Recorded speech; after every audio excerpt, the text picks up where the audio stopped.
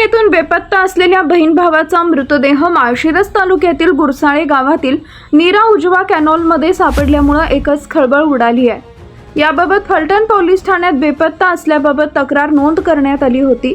ही दुर्दैवी घटना अपघात, आत्महत्या की हत्या याबाबत सध्या सर्वत्र चर्चा सुरू आहे।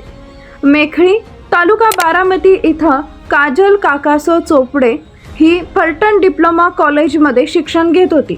तेथील शिक्षण पूर्ण झाल्यावर पुढील शिक्षण घेण्यासाठी फलटण इंजिनिअरिंग कॉलेजमध्ये ते काजल चोपडे व भाऊ किरणला घेऊन कागदपत्र जमा करण्यासाठी निघाले होते। ही प्रक्रिया केल्यानंतर ती दोघं रात्री उशिरापर्यंत घरी न परतल्यामुळे आई वडिलांची चिंता वाढली। त्यांनी काही ग्रामस्थांच्या सहकार्याने या दोघांची शोधाशोध केली, मात्र ते कुठेच आढळून आले नाही। त्यानंतर आई वडिलांनी हे दोघे 7 एप्रिल पासून कॉलेजला सबमिशन करण्यासाठी जातो म्हणून सांगून गेलेले दोघं बेपत्ता असल्याबाबतची तक्रार पोलीस ठाण्यात दाखल केली। संबंधित तक्रारीनुसार फलटण पोलिसांनी काजल चोपडे व तिच्या भावाचा शोध घेण्याचा प्रयत्न केला, मात्र ते मिळून आले नाही। दिनांक 8 एप्रिल रोजी शोध घेत असताना जाधववाडी येथील एका कार्यालयाच्या शेजारी त्यांच्या मोबाईलचा लोकेशन ट्रेस झालं। या ठिकाणी पोलिसांनी तात्काळ जाऊन पाहिले असता ते दोघे तिथे आढळून आले नाहीत। ही शोधाशोध मोहीम करत असताना मेकळी गावातील काही नागरिकही त्यांच्यासोबत उपस्थित होते।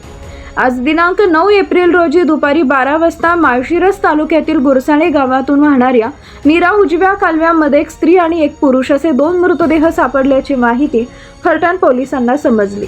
त्यानुसार त्यांनी घटनास्थळावर जाऊन पाहणी केली असता हे दोघंही 7 तारखेला बेपत्ता तक्रार दाखल झालेल्या असलेल्या दोघांचे मृतदेह असल्याचं निष्पन्न झालं।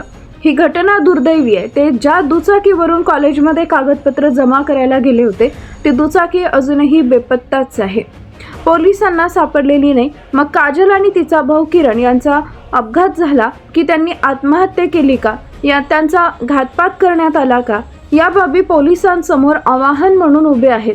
सध्या त्या दोघांचे मृतदेह सापडले असले तरी त्या दोघांचा मृत नेमका कसा झाला हे पोलिसांना शोधून काढावं लागेल।